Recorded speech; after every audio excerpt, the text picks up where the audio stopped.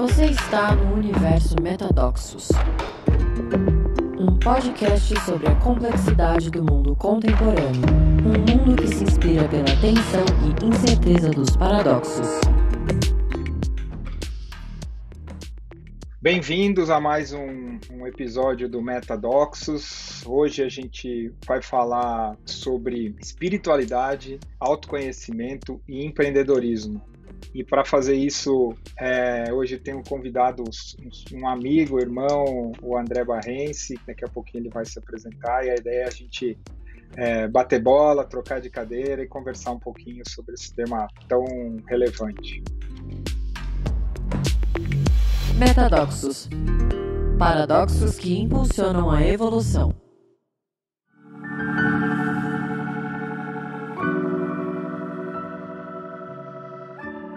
André, bem-vindo. Que bom estar com você. Se você pudesse apresentar um pouquinho, contar um pouquinho de você. Legal, obrigado, Marcelo. Prazer estar aqui, todo mundo que está escutando a gente. Estava te ouvindo aí na introdução, né? E nesse caso, a ordem dos fatores pode alterar o produto, né? Essa questão, se a espiritualidade, autoconhecimento vier antes de você empreender, é provável que o produto final seja diferente. Mas não é determinante, né? Então, eu acho que qualquer uma dessas ordens, se você juntar esses ingredientes, o resultado vai ser melhor. Então, deixa eu me apresentar. Eu sou André Barrense, atualmente sou diretor do Google for Startups, que é uma área do Google, um time do Google que trabalha com empreendedores que estão criando empresas de tecnologia, que são as startups. A gente tem o privilégio, né, de trabalhar aqui no Brasil desde 2016, então já estamos aí com 5 anos de estrada. A gente tem muitas startups que passaram pelos nossos programas, mais de 250, e eu sinto que o nosso trabalho, ele não é só um trabalho de ajudar a criar, acelerar e crescer empresas, é de acelerar líderes, né, que por acaso estão construindo empresas que a gente acredita que vão ter um impacto na forma como a gente vive hoje e no futuro.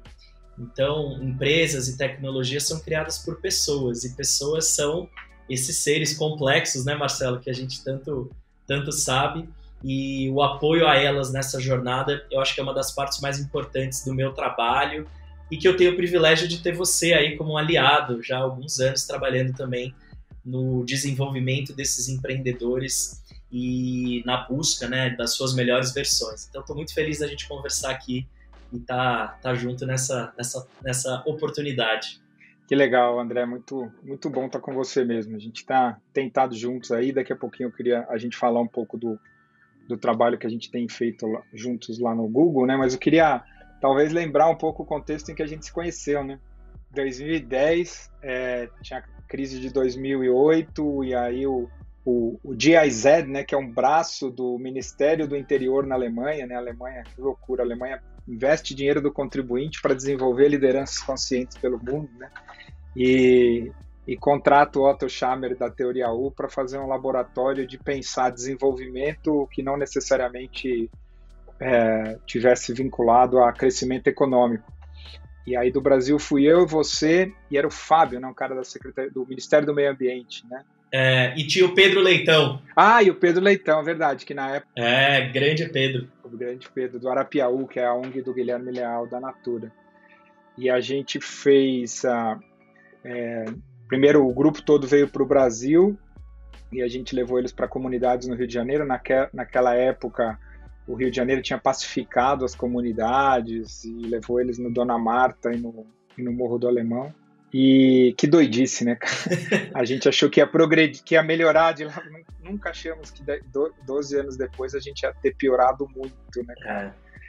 E a gente foi para a Amazônia também, que é outra loucura, né? Que a gente tinha tudo, né? A gente foi visitar as comunidades, subiu o rio, o Alter do Chão, lá o rio Tapajós de barco, levando os gringos para dormir em rede, visitar as comunidades.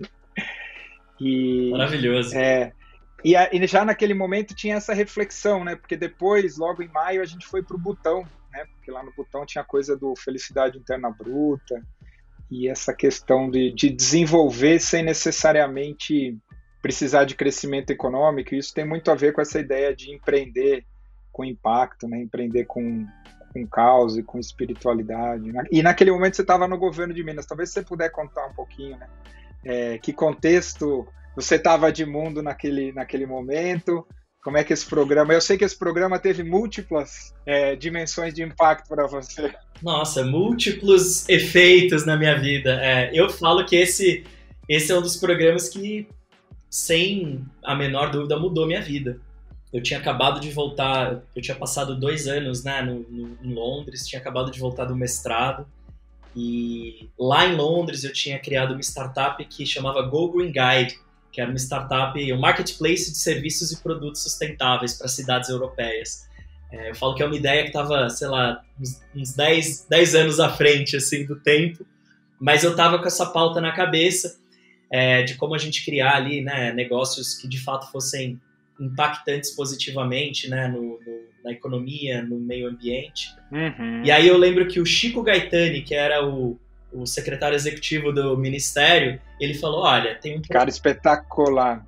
Espetacular, é um grande mentor que eu tenho na vida. Ele falou comigo, falou, olha, tem um projeto aí que eu acho que é a sua cara. E eu, óbvio, tinha estudado muito o Peter Senge, o Otto, né, no mestrado. Falei, caramba, onde que eu assino para entrar?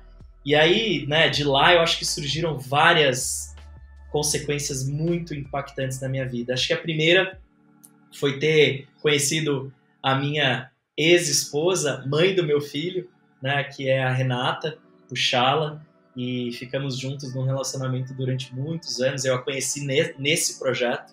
Esse projeto gerou o fruto mais importante da minha existência atual, que é o meu filho. A segunda coisa, eu acho que foi eu realmente me conectar com o caminho da espiritualidade. Eu me lembro que eu passei por momentos de muita transformação nesse período, né? E acho que lá no Butão eu percebi como que espiritualidade estava muito conectado com a vida das pessoas, né? E isso me trouxe assim, uma reflexão muito forte que me colocou com tudo no caminho da busca, do autoconhecimento. E acho que o terceiro foi esse, de conhecer pessoas como você, como o Pedro, como a Aileen, né, que esteve com a gente lá também, e tantas outras pessoas muito, muito bacanas, né? No ano seguinte a gente teve com o Ricardo Young, que participou da turma seguinte. Então eu me conectei com tantas pessoas que estavam vibrando numa mesma frequência, que aí 10, 12 anos depois a gente continua vibrando na mesma frequência e fazendo coisas juntos. Então, eu digo que foi um marco importantíssimo assim na minha vida, e acho que uma ótima história, né, de contar como se conheceu. Conheci num projeto que a gente estava estudando felicidade. Olha que coisa bacana, né? E eu acho que isso foi espetacular, assim, é um conhecimento que eu trago comigo até hoje, em tudo que eu faço. Com gente, tinha umas 50 pessoas, né, de mais de 20 países, da Ásia, da Europa, Estados Unidos e da América Latina. Tinha de tudo, né? Tinha de empreendedores, investidores, ativistas, políticos, governador do Oregon, o John. O John, que eu não sei se você sabe, ele sofreu impeachment. Eu não sei, não sabia. A mulher dele, essa coisa de democrata e republicano, a mulher do John, que era a que ela estava lá, que é a segunda esposa dele, no começo da vida dela, que ela é uma vida mais de hippie, ela tinha uma fazenda e uma comunidade, eles plantavam maconha, e ela teve um processo, e o John não sabia disso. Nossa! E os republicanos foram atrás dela e ele foi impeachado por causa disso. E ele era um governador super progressista. Muito. Ele é o cara que fez o modelo de saúde que inspirou o Obamacare, um cara muito legal. Isso, ele era enfermeiro, salvo engano, né? De formação, um cara super inteligente. Exatamente. E depois fez medicina também. Depois ele é médico. Um cara super interessante, assim, muito, muito bacana. E na época eu estava no governo, né, de Minas, então eu me conectei muito a ele, assim. Eu me lembro que eu voltei com muitas inspirações assim, dessa viagem para coisas que eu fazia no governo.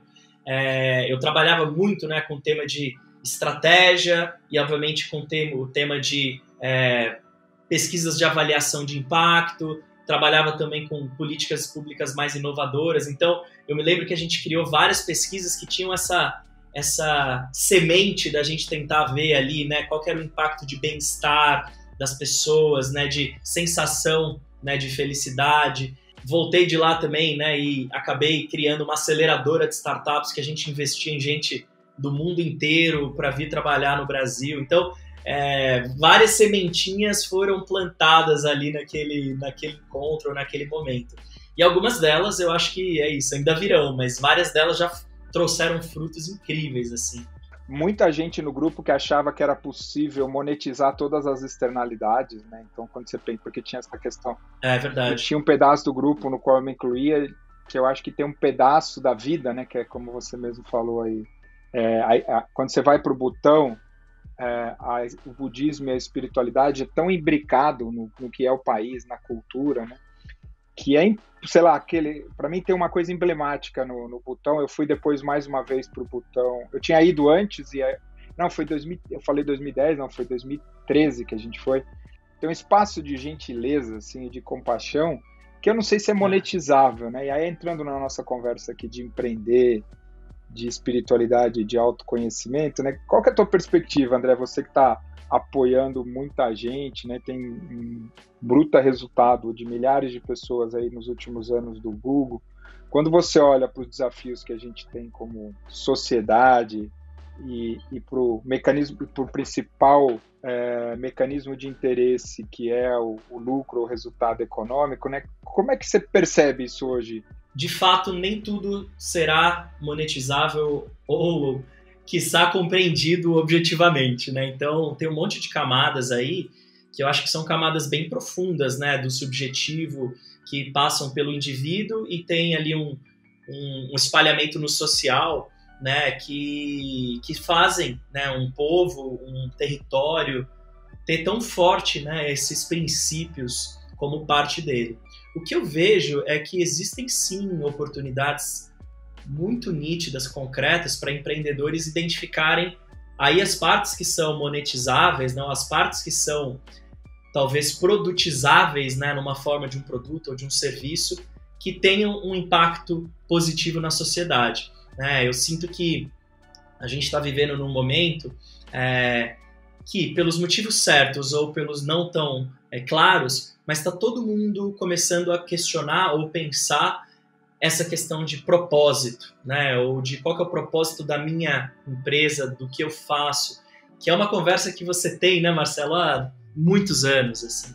E é um trabalho que começa no ser, né? Começa no indivíduo. E no caso das nossas empresas, né, das startups, começa nos fundadores. Então, eu acho que essa investigação, essa auto-investigação é o primeiro passo para você entender qual é esse propósito, qual é essa causa que te move, para você então entender o que é possível construir de um produto que, eu falo, né, que ele embeda no produto a visão que o fundador tem de sociedade. Se é uma sociedade mais igual, é uma sociedade mais diversa, é uma sociedade mais pacífica, é uma sociedade mais aberta a oportunidades. Então, querendo ou não, né, todo fundador ou fundadora de startup, ele está colocando no produto essa visão que ele tem de sociedade. À medida que você tem mais clareza de quais são essas suas visões, você consegue fazer isso no seu produto, na sua empresa, com intencionalidade, né, que eu acho que é um elemento fundamental de qualquer processo de autoconhecimento, é a intencionalidade, né? O Otto falava muito, né, de você alinhar a sua atenção com a sua intenção. Eu sinto que esse é um exercício fundamental para que você consiga colocar no seu produto essas virtudes, né, essa parte do que é monetizável de uma sociedade ou de uma visão de sociedade que você acha que é possível.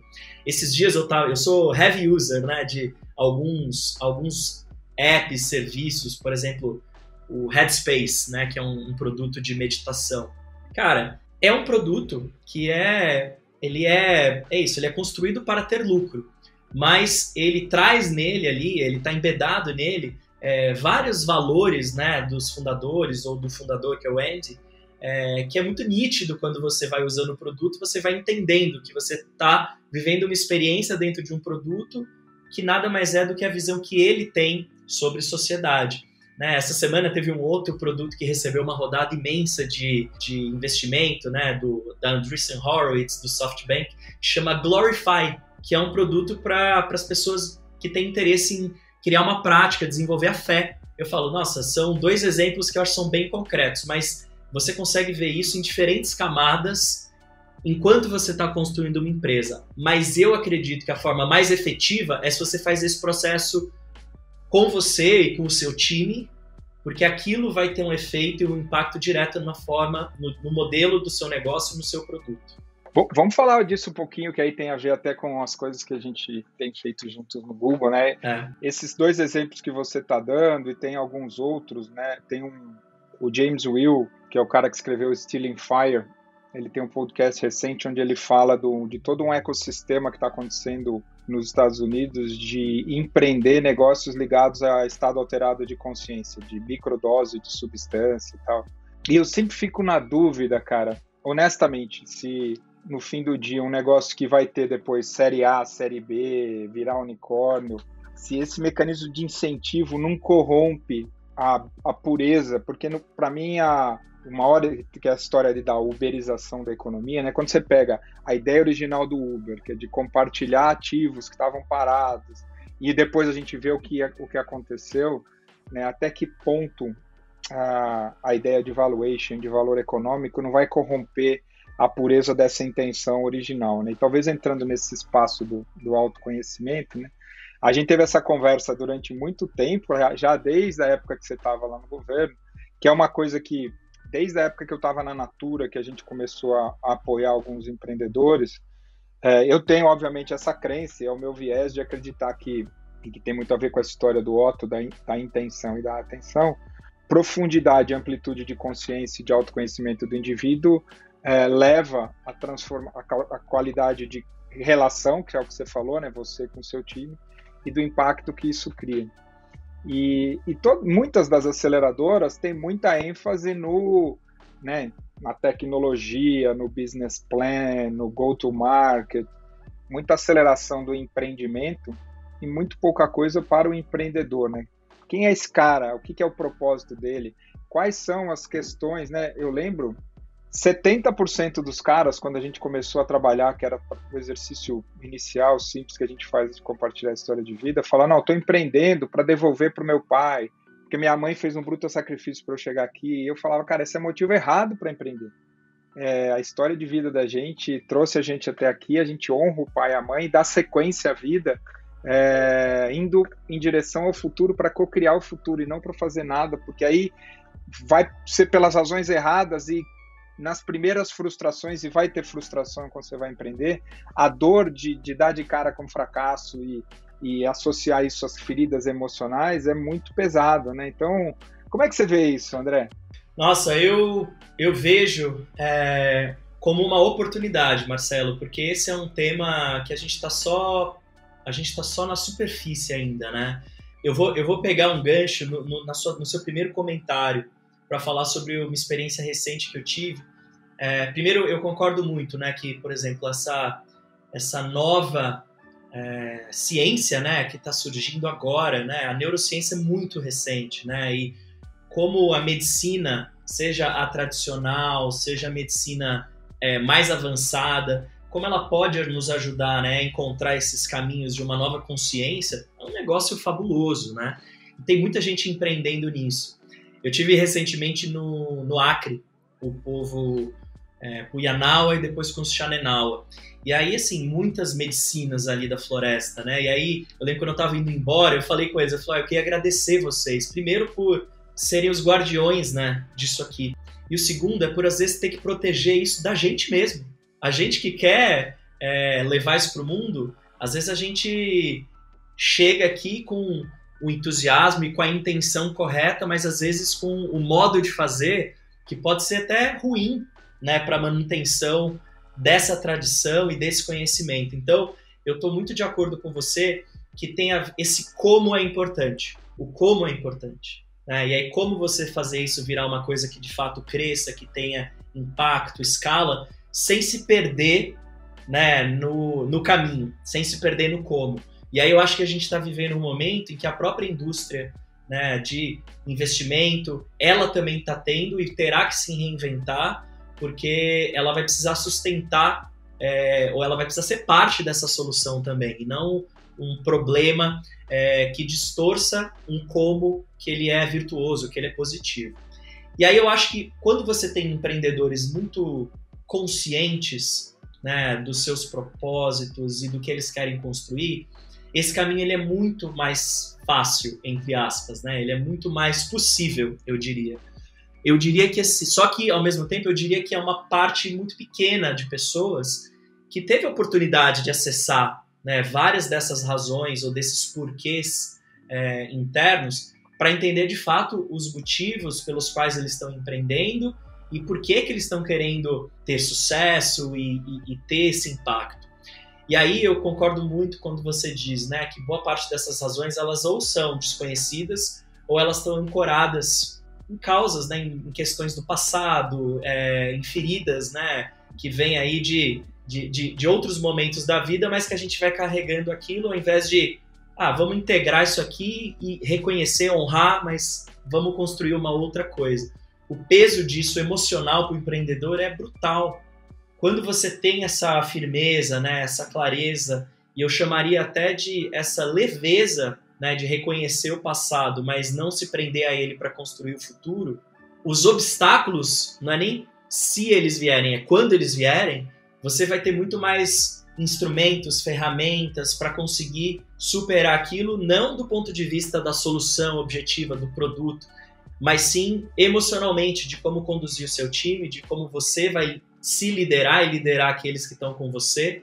Só que isso não é, de fato, o que se olha, o que se privilegia quando se está trabalhando, na maioria das vezes, com empreendedores. O foco é muito mais nessas questões, né, de produto, de tecnologia, de go-to-market, de fundraising, etc.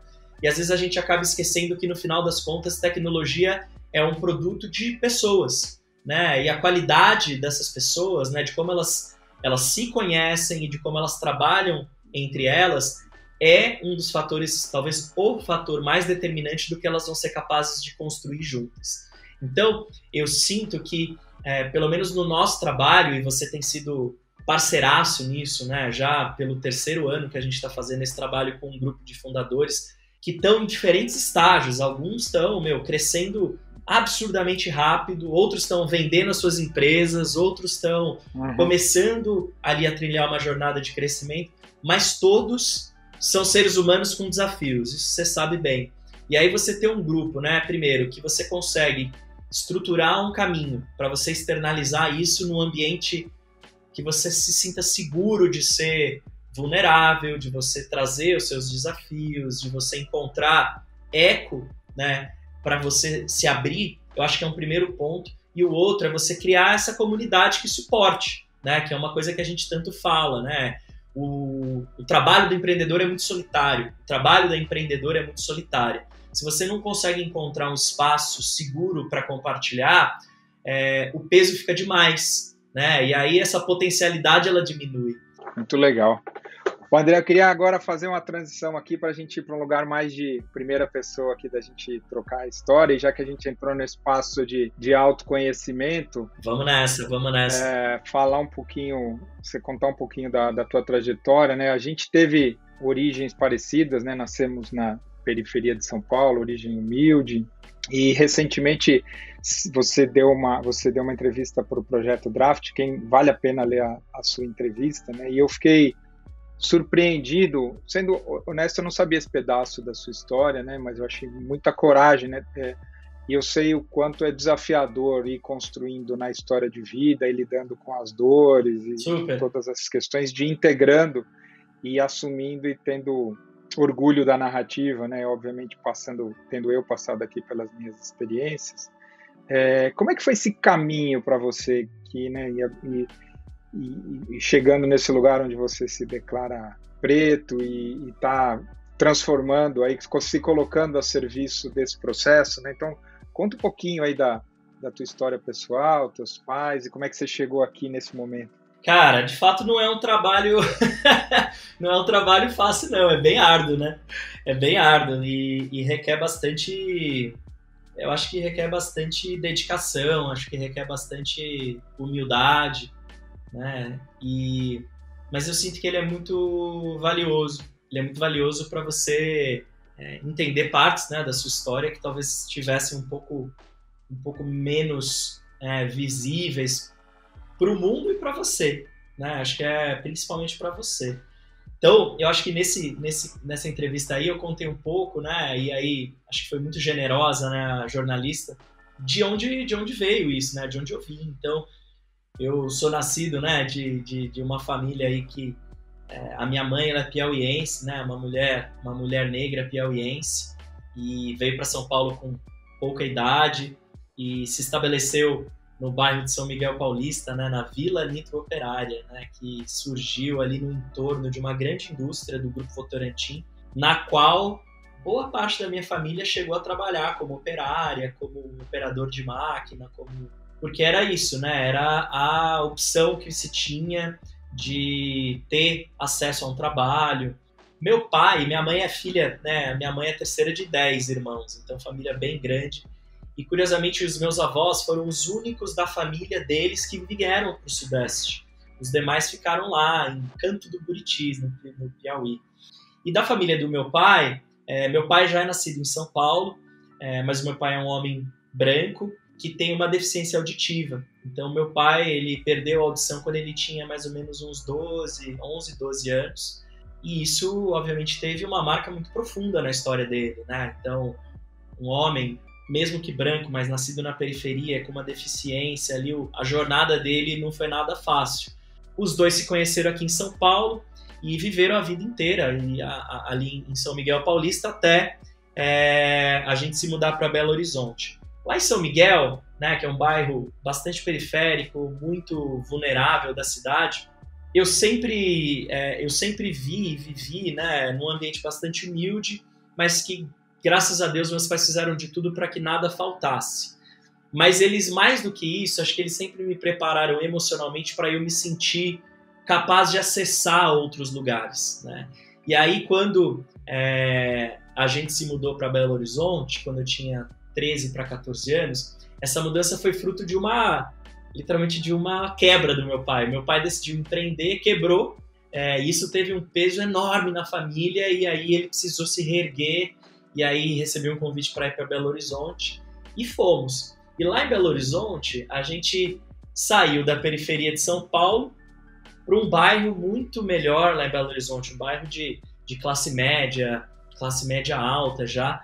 E aí lá eu comecei a perceber, eu falei, nossa, eu comecei a frequentar uma escola muito boa e todo mundo me chamava, o paulista, ou o negão, não sei o quê, não sei o quê, não sei o quê, não sei o quê. E quando eu era pequeno, eu me lembro muito bem, né? Porque eu não sou preto, eu sou pardo, né? Eu faço parte da parcela da população que, junto com a população preta, forma a população negra do país. E eu me lembro muito bem da minha mãe falando, né, sobre isso. Falando, a gente é um misturado e tal, não sei o quê. Acho que até como uma forma de tentar me dar consciência para me proteger de alguns tipos de ameaça, né? Muito carinhosa, assim, mas esse era um tema difícil de ser falado, eu acho que por uma criança. Quando eu cheguei em Belo Horizonte com 13 para 14 anos, eu comecei a ver que eu era isso. Tinha eu e mais umas 2 pessoas na escola, que é isso, tínhamos os pais negros, a gente tinha a pele mais escura, e a gente começou a se juntar, a gente começou ali a se aquilombar de algum jeito, viramos amigos e tal. E aí, isso, para mim, eu falo que foi muito curioso, porque eu nunca sofri violências, nunca sofri nem emocionais, eu acho. Eu sempre tive muita sorte, eu acho, pelo fato da minha pele não ser, né, eu não sou um preto retinto, né, eu sou um pardo, e isso me trouxe privilégios, de alguma maneira. Só que ao longo da minha jornada, né, quando eu tive a oportunidade depois de estudar fora, né, de começar a ver o mundo um pouco mais amplo, eu comecei a perceber, eu falei, tá, mas então o que eu sou, né? E aí eu sou um cara eu sou bem objetivo, assim. Eu falei, deixa eu procurar os dados aqui, né? Deixa eu entender. E aí eu fui ver, né? Falei, nossa, tá. Então o Brasil, 56% da população é negra. São pretos e pardos. O meu bairro, aí eu fui ver o censo de São Paulo. São Miguel Paulista é um dos bairros de maior população negra de São Paulo. Salvo engano, 60%, mais ou menos. Então eu falei, nossa, então lá eu não me via como muito diferente, né? Quando eu fui para Belo Horizonte, olhando, né, o censo do bairro que eu fui morar, era o inverso. Era 80% da população era branca, né? Então, isso começou a me chamar mais atenção. E aí, ao longo desses anos, eu comecei a entender de uma maneira muito mais nítida o que isso significava para mim. Até que em 2019, mais ou menos, uma pessoa do Google, quando eu já tinha entrado no Google, uma mulher negra do Google, ela chegou para mim um dia e falou, olha, eu não sei como é que você se sente, mas você é das poucas pessoas, né, aqui no Google que é negra e é uma das poucas pessoas que trabalha com startups que eu acho que poderia ser mais atuante, mais vocal sobre esse assunto. Dessa conversa até hoje, passaram 2 anos, né? Muita coisa aconteceu dentro de mim. E isso me trouxe, eu acho que mais coragem para eu entender qual que era esse meu lugar de ação. Porque não é, independente de eu ser preto ou ser pardo, eu sou parte da população negra do país. E eu sei que essa parte da população é a que mais sofre, ou tem maiores dificuldades de acesso e que tem maiores dificuldades de oportunidade. Então eu comecei a me questionar. Se eu tive essas oportunidades, o que eu posso fazer para que isso não seja apenas um caso, né, ou um acaso? Como é que eu posso criar essas oportunidades de uma maneira mais estruturada? E aí foi disso que eu acho que surgiram algumas das iniciativas que hoje, né, eu lidero e tive a oportunidade de criar. Mas foi desse processo, Marcelo, de me reconhecer como... reconhecer a minha história, reconhecer a história dos meus ancestrais. Eu falo, tem um livro muito interessante, né, que é da Lia Weiner, que se chama O Preto, o Branco, o Branquíssimo e o Encardido, eu acho, que é sobre racismo na história na cidade de São Paulo. E aí ela começou a falar, e aí eu comecei a me lembrar, assim, da minha história, sabe? De como eu morria de vergonha do meu cabelo, né, porque é o cabelo ruim, né, que as pessoas falavam. Eu, quando era pequeno, eu queria raspar o cabelo porque eu achava que as pessoas não iam ver, né? Ou então a minha irmã, que durante a vida inteira, né, alisou o cabelo para esconder, e a minha mãe o tempo inteiro com essa preocupação, né, de como a gente ia ser recebido nos lugares. Então, é uma jornada bastante dura, bastante intensa. Você tem que estar disposto, mas quando você começa, é difícil voltar atrás também. Eu queria te dar os parabéns, André. Fiquei realmente tocado aí com a tua coragem de tocar nisso. Eu estou lendo o 2º volume do Escravidão, do Laurentino Gomes, né? Nossa. E é tão imbricado, né, cara? Então, quando você fala do pardo, da mistura, né? Esse impulso de embranquecimento, né? Que impulso que, sei lá, tá há séculos aqui, e a importância, né? Assim, é muito. E aí eu não sei se eu já te falei, né, mas a gente começou a olhar essa questão do trauma coletivo e fazer constelações com o trauma coletivo.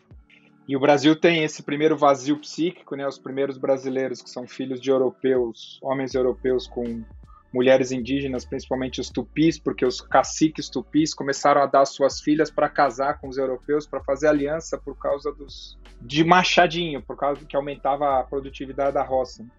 E aí você tem esse vazio psíquico do primeiro brasileiro que não pertence não pode mais ser dos povos originários, mas também não é aceito como europeu.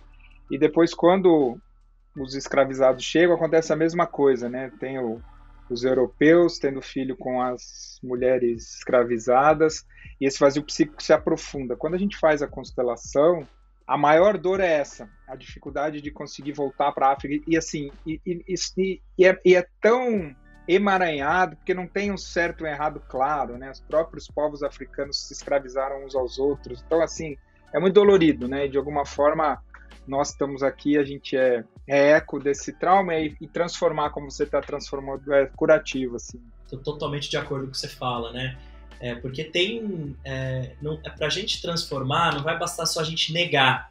A gente vai ter que, em algum momento, reconhecer, integrar, né? Para a gente conseguir evoluir. Eu sinto que isso é uma das travas importantes, né, da nossa história como povo e desse lugar, né, que a gente pode ter fazendo dessa diversidade uma potência, né, mas a gente precisaria integrar isso, reconhecer isso, não negar talvez esse passado, mas usá-lo como uma força, né, uma energia que coloque a gente para frente. O livro os 2 volumes, né, acho que do Laurentino, tem outros historiadores negros fabulosos, né, que fizeram trabalho, mas o trabalho de dados dele é muito forte, né, que eu acho incrível, assim. Então, sim. a quantidade de escravizados que chegou ao país é uma loucura, né? Sim. É uma loucura.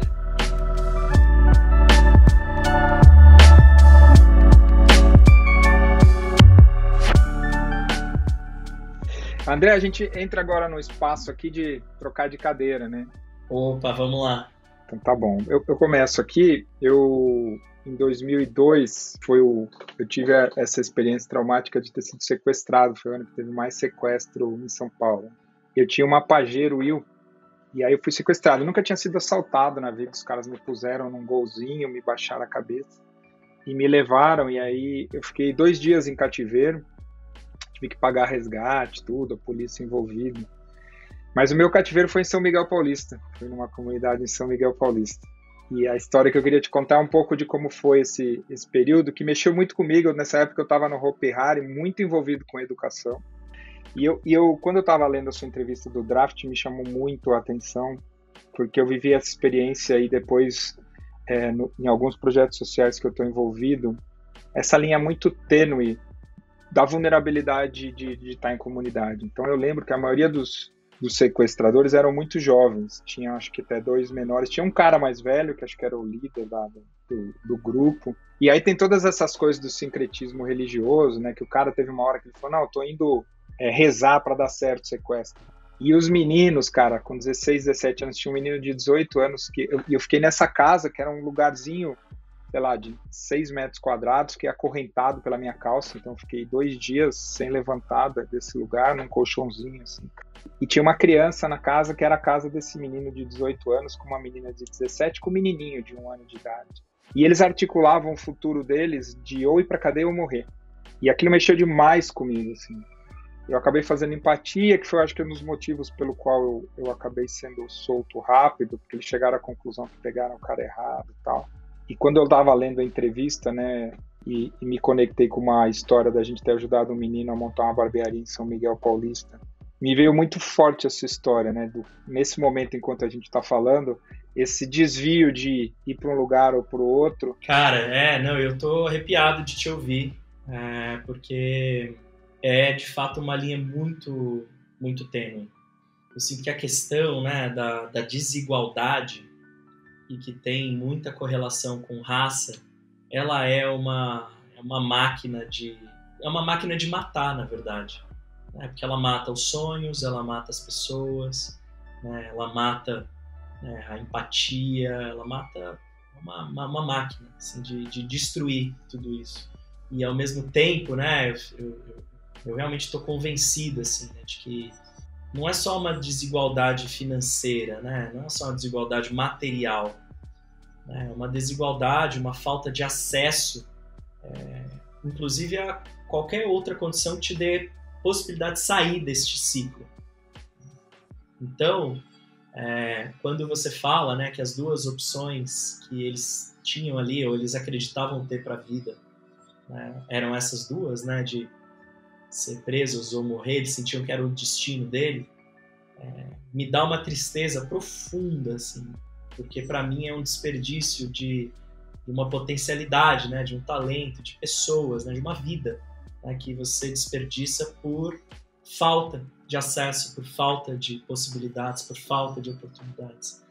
E aí eu sinto que, como você trouxe o segundo caso, né, que é esse de um menino que vocês apoiaram, imagina o quanto que é transformador para ele sentir o mínimo acesso a alguma coisa, né? Então eu sinto que é isso, né? A desigualdade ela é de fato um dos maiores problemas que a gente tem que solucionar, e a questão de acesso eu sinto que me pega muito, assim, me pega muito como talvez o principal desafio que a gente tem aí como sociedade, como país, sabe? Qual a vez de contar a história agora? Eu vou contar uma também, então. Essa é um pouquinho mais recente, mas é uma história que eu acho que também se conecta aí com São Miguel, né? Recentemente, né, em 2020, quando teve o ocorrido com o George Floyd, né, lá nos Estados Unidos, que foi um caso muito emblemático, né, de violência racial. Talvez tenha sido aquela última gota de um copo, né, de muita dor que derramou ali nos Estados Unidos, porque o tema da violência racial não é novo nos Estados Unidos, né? Já tivemos outros casos bem marcantes ali, inclusive de menores, né, que foram brutalmente mortos pela polícia. Mas eu acho que o caso do George Floyd foi talvez o caso mais emblemático que a gente viveu aí nos últimos anos. E eu me lembro, né, que aquela mobilização que se criou, acho que se espalhou não só pelos Estados Unidos, mas se espalhou por vários outros lugares, né? O fortalecimento, não é nem a criação, né, mas o fortalecimento do Black Lives Matter foi uma coisa impressionante, né? Num momento em que a gente estava isolados pela pandemia, mas todo mundo se juntou ali numa comoção muito forte. E eu me lembro que aquilo trouxe, né, assim, também algumas oportunidades. Uma dessas oportunidades foi da pauta, né, de equidade racial chegar também no mercado de trabalho, né? A questão do racismo estrutural foi quando a gente começou a criar, né, o Black Founders Fund, que veio a ser lançado depois em setembro de 2020. Mas eu me lembro que nessa época eu estava ali muito, muito atento nessa discussão, e eu lembro que eu estava assistindo um dia assim em casa, eu acho que não me lembro qual jornal que era, mas era um jornal que estava mostrando ali, né, o noticiário do dia, e aí mostrou um caso, né, de um jovem que, numa moto, que foi morto, né, por um policial à paisana em São Miguel Paulista, que é o mesmo bairro que eu nasci, o mesmo bairro que você ficou em cativeiro. E aí eu me lembro, né, que eu comecei a pensar e tinha uma imagem, tinha uma imagem de uma câmera.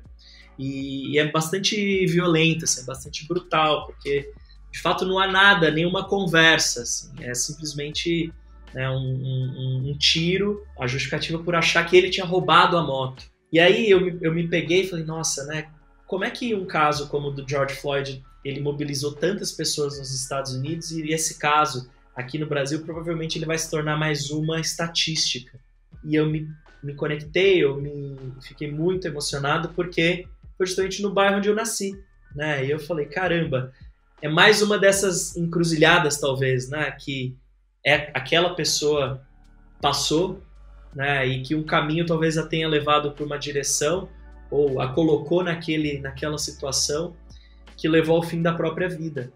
Então, esse caso talvez tenha me dado energia, sabe, Marcelo, para eu também me posicionar como uma pessoa, né, negra que veio da periferia, e que eu tive a possibilidade de chegar onde eu cheguei, e com absoluta certeza não foi só pelo meu mérito, foram várias outras circunstâncias. Como é que você se sente ouvindo essa história? Cara, à medida que você fala, quando você não foi só pelo seu... Assim que você falou, né? Não foi só pelo meu mérito, o Newton Bonder fala e você tem essa conexão com a espiritualidade, né? O que o mistério, essas coisas de outras dimensões que a gente não explica, transforma na experiência desse jovem que morreu desse jeito, e dão a você a possibilidade de estar aqui, de construir, né? Então me dá esse sentimento de profunda compaixão e tristeza, e ao mesmo tempo de confiança no mistério, né? De confiança de como achar sentido e significado, ou pelo menos, porque eu acho que quando a gente vai tentando compreender, as coisas são tão mais complexas e profundas, é o que você falou, né? Falar em sorte é meio furtivo demais, né? Então... Com certeza, com certeza. Esses dias eu estava lendo, tem um livro muito legal do Michael Sandel, que ele fala chama A Tirania do Mérito. Exato. Eu comprei esse livro, eu li a sinopse, não li o livro ainda, mas é isso. Então é uma história, né, que às vezes a gente quer contar, mas que esconde vários outros ingredientes ou elementos, né, que estão absolutamente fora do nosso controle. E aí é quase que a gente joga as pessoas que não conseguiram, né, para um lugar de fracasso. E definitivamente não dá para falar que eu não acredito também que ninguém está destinado a morrer desse jeito horroroso, ou passar por isso nessa altura do planeta, com a riqueza que a gente produziu. Por isso que a gente que está aqui aumenta a nossa responsabilidade de se colocar a serviço. Muito, muito. André, a ideia acho que agora é fazer você contar a história. Legal, vamos lá. Então eu, Marcelo, né, em 2002, vivendo já alinhado, né, com algo que eu acreditava ser o meu propósito, buscando me colocando num lugar de busca, né, e evolução, me deparei com uma circunstância completamente imprevisível, que foi um sequestro relâmpago. Não foi relâmpago, né? Foram 2 dias. Né? Não foi relâmpago? Foi 2 dias. Então era um sequestro que aconteceu de maneira relâmpago. Quando eu estava ali me preparando para encontrar um dos caras que eu mais admiro, que é o Gilberto, de Menstein, admirava, para falar sobre o futuro, falar sobre educação. E aí me vi durante 2 dias preso num cativeiro, sem saber se ia viver ou morrer, se ia ter ali a oportunidade de me despedir de quem eu gostaria, sem saber, né, se socorro ou ajuda iria chegar a tempo. Mas mesmo nesse contexto, eu encontrei um lugar, né, de empatia com aquelas pessoas que estavam numa situação talvez de ainda mais vulnerabilidade do que eu, não só naquele momento, mas na vida, né? Então é uma sensação de nenhuma ajuda durante toda uma vida, né? E aí talvez isso tenha feito com que elas chegassem ao ponto de um ato de tanto desespero, né? Como é sequestrar uma pessoa, entrar, né, para o mundo da criminalidade, mesmo todos sendo a grande maioria deles jovens, alguns já com filhos, mas talvez a grande questão seja justamente essa da impossibilidade de ter outro sonho para a vida, né? Que é simplesmente de você aceitar ou de você assumir que o seu destino, a única possibilidade é essa. Se você quiser alcançar alguma coisa, a única possibilidade é aquela. Mesmo que isso implique em você ser preso ou você perder a própria vida. Então, talvez essa tenha sido a maior percepção, essa empatia que eu tive pela vulnerabilidade de toda uma vida que leva a uma decisão tão dura, tão arriscada como essa de sequestrar alguém. Legal. Agora eu sou o André. 2020, logo depois do evento do George Floyd nos Estados Unidos, uma gota que transbordou e o mundo em ebulição, eu em ebulição, tendo sido provocado no Google e começando a empreender um fundo, acelerar empreendedores pretos. Estou assistindo a televisão e vejo um jovem de moto assassinado, e a imagem é bem forte, porque ele foi assassinado por um policial à paisana, sem nenhum tipo de abordagem, né? Só pelo risco, pela pressuposição de que ele tinha roubado uma moto, e no mesmo bairro onde eu nasci, em São Miguel Paulista. Então isso me deixou muito triste, e quanta vida e quanta possibilidade é desperdiçada, e a reflexão do tamanho do movimento que se desencadeou com a morte do George Floyd, e uma pessoa anônima no bairro onde eu nasci, mais uma para a estatística de pretos mortos de forma violenta. E a minha pergunta é por que a gente não iniciou o mesmo movimento e não desencadeou o mesmo tipo de reação aqui no Brasil. Isso me colocou ainda mais reflexivo, olhando para a minha própria história, primeiro reconhecendo o que precisou acontecer para eu estar aqui nesse momento, e que não foi... óbvio que tem mérito meu, mas seguramente não é só mérito meu para eu poder estar aqui fazendo essa reflexão e essa conversa. Demais esse exercício, hein? Bom, né? Muito bom. André, putz, cara, que conversa legal, cara. Queria que você fizesse aí uma reflexão final. Queria te agradecer demais e fazer um fechamento aqui dessa conversa e abrir a possibilidade da gente ter outras, hein? Eu ia falar, acho que 1 hora nunca é suficiente, né, para explorar tanta coisa possível, mas eu fico muito feliz.